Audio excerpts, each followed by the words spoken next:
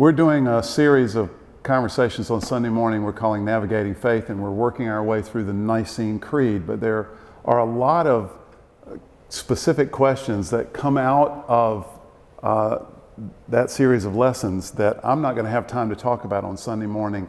And I'm going to take this space as a place and an opportunity to address some of those questions. What you're going to hear here are not elaborate explanations. I'm going to tell you what I believe. And I'm going to invite you to disagree and to do your own work. Let me tell you what I mean. The Nicene Creed, I think, is the doctrines that are spelled out in the Nicene Creed, and the language of it is core. I think that the ideas of the Nicene Creed are actually helpful in navigating faith. That if you want to build a spiritual life, then these issues and the way it's addressed in the Nicene Creed are really helpful guardrails and helpful guides for you in staying central, in staying connected to God. It provides a very, very helpful framework. As I said, I think it's core. But around that are a whole set of issues that are fascinating. Some of them can even be helpful to you spiritually.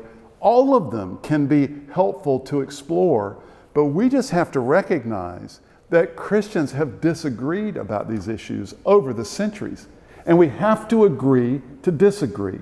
Listen, the Bible was not written as a checklist manual.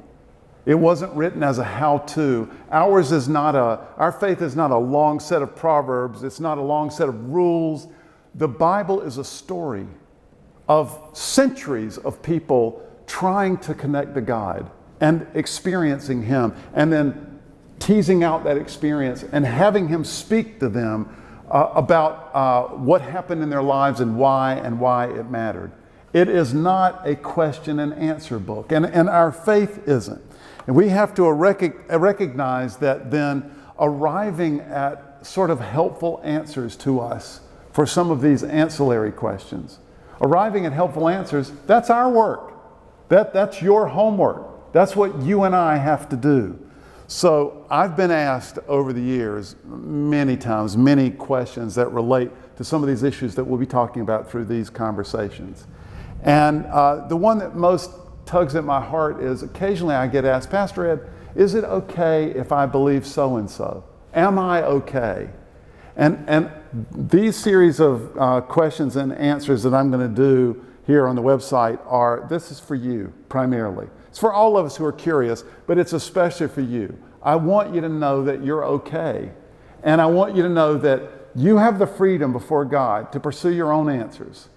Other Christians will be helpful. Google, we live in the age of Google. Google would be helpful. Most helpful of all, take out your Bible and look and examine for yourself. So our faith is not a checklist faith.